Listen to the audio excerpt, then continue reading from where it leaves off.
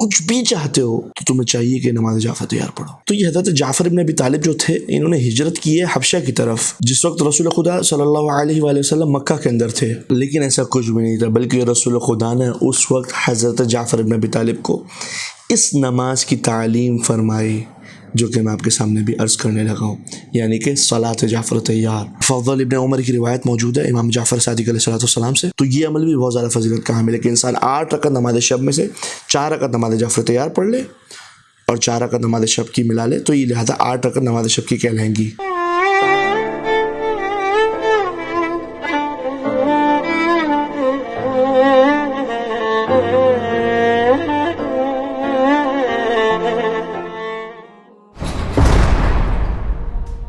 اللہم صلی علی محمد وآل محمد وعجل فرجہم واہلک عدوہم۔ السلام علیکم ورحمۃ اللہ۔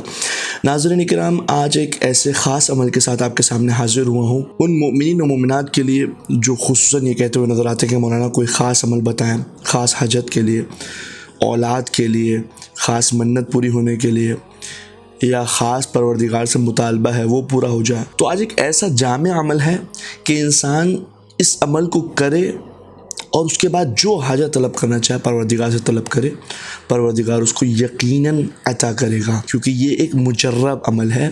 اور وہ کون سا عمل ہے؟ نماز جعفر تیار علیہ السلام۔ کون جعفر تیار؟ امیر المومنین علی بن ابی طالب علیہ السلام کے بھائی ہیں۔ جیسے کہ آپ کے علم ہے کہ حضرت امیر المومنین علی بن ابی طالب کے 3 بھائی تھے۔ سب سے بڑے بھائی جن کا نام طالب تھا، انہی کے نام کی وجہ سے شیخ البطحاء یعنی کہ امیر المومنین کے والد کو ابو طالب کہا جاتا تھا۔ کنیت جو تھی وہ انہی طالب کے ذریعے سے تھی، حضرت ابو طالب، یعنی کہ ان کی فضیلت کے لیے جملہ ہی کافی ہے کہ وہ امیر المومنین کے بھی بابا تھے، یعنی کہ علی کا بھی باپ تھا علیہ السلام۔ بہت زیادہ جلیل القدر، بلکہ بعض اوقات علماء یہ کہتے ہوئے نظر آتے ہیں، روایت کے اندر میں ملتا ہے کہ وہ حضرت عیسیٰ ابن مریم کے اوصیاء میں سے تھے، یعنی کہ حضرت عیسیٰ ابن مریم کے جو اوصیاء تھے ان کے اندر جو آخری ہستی تھے وہ حضرت ابو طالب علیہ السلام تھے۔ تو المختصر یہ کہ حضرت ابو طالب کے یہاں 4 بیٹے تھے، سب سے بڑے کا نام طالب تھا، جن کے ذریعے سے حضرت ابو طالب کو کنیت ملی ہے۔ تو ممکن ہے کہ سوال پیدا ہو کہ بھئی ابو طالب تو کنیت ہے، ان کا نام کیا تھا؟ تو اس کے اندر 2 قول پائے جاتے ہیں۔ پہلا قول جو ہے وہ یہ کہ ان کا نام یعنی کہ حضرت علی ابن ابی طالب علیہ السلام کے والد کا نام بھی عبد المناف تھا۔ دوسرا قول جو کہ اعلام سے سننے میں آیا وہ یہ کہ ان کا نام عمران تھا، جس کی وجہ سے آل عمران کہا جاتا ہے، لیکن کنیت جو تھی وہ ابو طالب تھی اور اسی کے ذریعے سے جو ہے پکارا جاتا تھا۔ طالب کے علاوہ جو حضرت علی کے ایک اور بھائی تھے ان کا نام جعفر ابن ابی طالب تھا، یہ بھی بہت زیادہ جلیل القدر ہے، ان کا بھی بہت بڑا مقام ہے، بہت بڑا مرتبہ ہے، یہاں تک کہ موتا میں درجہ شہادت پر فائز ہوئے۔ ایک اور بھائی حضرت عقیل علیہ السلام جو کہ امیر المومنین کے بڑے بھائی ہیں، امیر المومنین سے 10 سال بڑے ہیں، جلیل القدر ہیں، حضرت مسلم کے والد، اور سب سے چھوٹے جو ہیں امیر المومنین علیہ السلام یعنی کہ علی بن ابی طالب ہیں۔ تو حضرت ابو طالب کے سب سے بڑے بیٹے طالب ہیں اور سب سے چھوٹے علی بن ابی طالب ہیں، لیکن علی بن ابی طالب سب سے چھوٹے ہونے کے باوجود بھی سید الاولین والآخرین ہیں، یعنی کہ جو گزر گئے ان کے بھی سردار ہیں، جو آنے والے ہیں ان کے بھی سردار ہیں قیامت تک بعد رسول خدا۔ تو یہ حضرت جعفر ابن ابی طالب جو تھے، انہوں نے ہجرت کی ہے حبشہ کی طرف، جس وقت رسول خدا صلی اللہ علیہ وآلہ وسلم مکہ کے اندر تھے۔ تو حضرت جعفر ابن ابی طالب کئی سال تک حبشہ کے اندر رہے ہیں اور حبشہ کے اندر ہی باقی رہے، یہاں تک کہ رسول خدا مکہ کے اندر تھے، لیکن جب فتح خیبر کا وقت آیا ہے تو اس وقت حضرت جعفر ابن ابی طالب جو تھے وہ حبشہ سے مدینہ کی طرف آئے ہیں فتح خیبر کے موقع پر۔ جب خیبر کو فتح کر لیا گیا اور رسول خدا کو بتایا گیا یا رسول اللہ حضرت جعفر بن ابی طالب آئے ہیں، تو اس وقت رسول خدا کے جملے ہیں جس سے خود حضرت جعفر بن ابی طالب کی فضیلت ظاہر ہوتی ہے۔ لا ادری بأیہما انا اشد سرورا، کہ میں نہیں جانتا کس کی مجھے بہت زیادہ خوشی ہے، آیا وہ فتح خیبر ہے یا حضرت جعفر تیار کا آنا ہے، کہ یہ دونوں چیزیں میرے لیے خوشی کا باعث ہے، لیکن میں نہیں جانتا یہ کون سی خوشی مجھے بہت زیادہ ہے۔ یہاں تک کہ جب حضرت جعفر بن ابی طالب آئے رسول خدا کے پاس، رسول خدا کھڑے ہوئے ہیں، حضرت جعفر تیار کو اپنے گلے سے لگایا ہے، پیشانی پر بوسہ دیا حضرت جعفر تیار کی رسول خدا نے۔ اس کے بعد رسول خدا نے کہا کہ اے جعفر بن ابی طالب، کیا میں تمہیں کچھ عطا کروں، کیا میں آپ کو کچھ ہدیہ دے سکتا ہوں؟ تو جو لوگ جو تھے وہ یہ سمجھ رہے تھے کہ رسول خدا جو ہے ابھی حضرت جعفر تیار کو بہت زیادہ ہیرے جواہرات دیں گے یا درہم و دینار دیں گے یا سونے کے سکے دیں گے یا مال غنیمت میں سے بہت بڑا حصہ دینے والے ہیں، لیکن ایسا کچھ بھی نہیں تھا، بلکہ رسول خدا نے اس وقت حضرت جعفر بن ابی طالب کو اس نماز کی تعلیم فرمائی جو کہ میں آپ کے سامنے بھی عرض کرنے لگا ہوں، یعنی کہ صلاۃ جعفر تیار، نماز جعفر تیار۔ تو پتہ چلا کہ یہ نماز جو ہے مال غنیمت سے بہتر ہے، سونے ہیرے جواہرات درہم و دینار سونے کے سکوں سے بہتر ہے یہ نماز، کہ رسول خدا ایسے موقع پر کہ جہاں لوگ یہ سمجھ رہے تھے کہ اب جعفر تیار کو رسول خدا درہم و دینار اور مال غنیمت سے نواز دیں گے، اس وقت رسول خدا کیا دے رہے ہیں؟ نماز جعفر تیار دے رہے ہیں. بہت زیادہ فضیلت کی حامل نماز ہے, بہت بڑا مرتبہ ہے اس نماز کا. اس کو رجائے مطلوبیت کی نیت سے نہیں بلکہ مستحب ہونے کی نیت سے انجام دیا جاتا ہے. اچھا, اب نماز کا طریقہ کار کیا ہے؟ یہ نماز جو ہے وہ 4 رکعت ہے, اور جو بھی مستحب نماز ہوتی ہے وہ 4 رکعت ایک ساتھ نہیں پڑھی جاتی بلکہ 2 رکعت کر کے پڑھی جاتی ہے نماز فجر کی طرح, یعنی کہ 2 تشہد اور 2 سلام کے ساتھ 2 رکعت پڑھ کے ختم کریں گے, پھر اس کے بعد 2 رکعت اور پڑھیں گے. یہ 4 رکعت نماز ہے, 2 رکعت کر کے پڑھی جائے گی. اور ان 4 رکعت کے اندر جو ہے 300 مرتبہ تسبیحات اربع پڑھنی ہے آپ نے.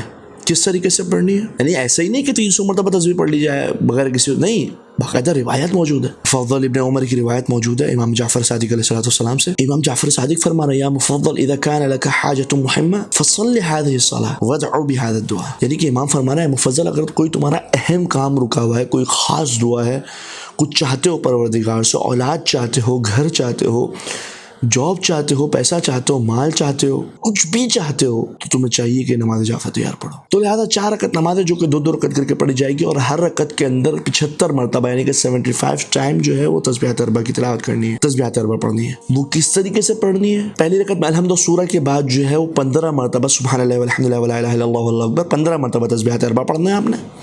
پھر اس کے بعد رکوع میں جانا ہے. رکوع کا ذکر پڑھنے کے بعد یا رکوع کا ذکر پڑھنے سے پہلے 10 مرتبہ تسبیحات اربع پڑھنا ہے آپ نے. 25 مرتبہ ہو گیا. 15 مرتبہ رکوع میں جانے سے پہلے, 10 مرتبہ رکوع کے اندر.